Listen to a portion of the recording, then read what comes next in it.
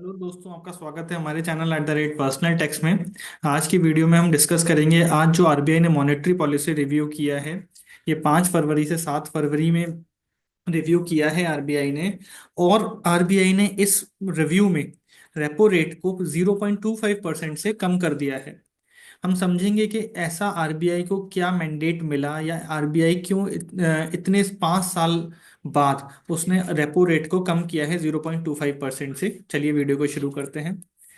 After assessing the current and evolving macroeconomic situation, the MPC unanimously decided to reduce the policy repo rate under the liquidity adjustment facility by 25 basis point to 6.25% with immediate effect.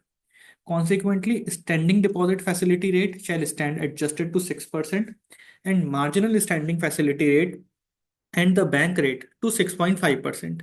ये चारों rate क्या होते हैं? LAF, SDF, MSF और bank rate. इस पर हमने एक सेपरेट वीडियो बनाई है, हम उस वीडियो का लिंक आई बटन डिस्क्रिप्शन में दे देंगे, आप समझ सकते हैं उस वीडियो को देख करके ये सारे रेट्स क्या होते हैं।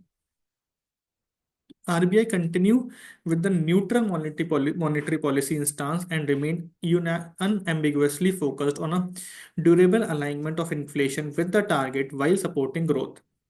These decisions are in consonance with achieving the medium-term target for consumer price index inflation of 4% within a price band of plus minus 2% while supporting growth.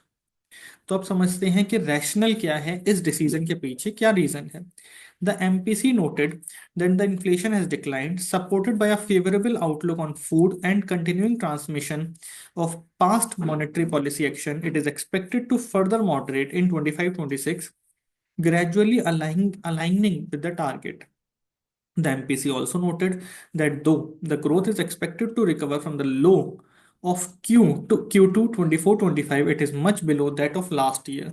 These growth inflation dynamics open up policy space for MPC to support growth while remaining focused on aligning inflation with the target. Accordingly, MPC unanimously voted to reduce the policy rate by 25 basis point to 6.25%। तो इसका सबसे पहला reason है कि भाई growth को आपने हमने टारगेट करना है, बढ़ते हुए इन्फ्लेशन को कंट्रोल करना है, अपनी जो मॉनेटरी पॉलिसी है उसे अलाइन रखना है किसके साथ? ग्रोथ टारगेट्स के साथ। तो इसीलिए आरबीआई ने इसको कम किया है। At the same time, excessive volatility in the global financial market and continued uncertainty about global trade policies, coupled with adverse weather events, pose risk to the growth and inflation outlook. The This calls for the MPC to remain watchful.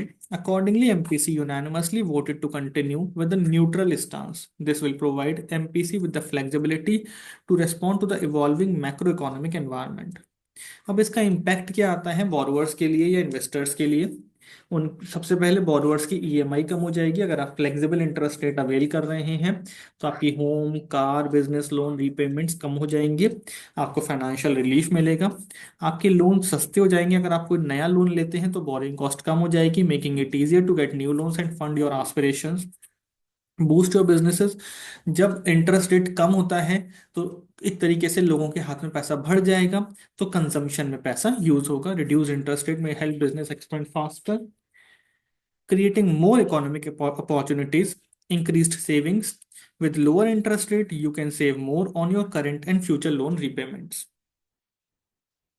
Future outlook क्या है RBI का इस policy के बाद? RBI projects annual growth at 6.4% with 6.7% forecast next year. Possible further easing if economic conditions warrant. अगर और भी मतलब जरूरत पड़ी तो वो इसको और कम करेंगी। Continued monitoring of inflation trends और next meeting April 7 to April 9 2025 scheduled है। Thank you very much. एक हमारी छोटी सी वीडियो थी आज की मॉनेटरी पॉलिसी रिव्यू के बारे में। आप हमारे चैनल पर्सनल टेक्स को सब्सक्राइब कर सकते हैं, साथ ही साथ हमें कमेंट्स में बता सकते हैं कि आप हमसे और किन टॉपिक्स पर वीडियोस चाहते हैं।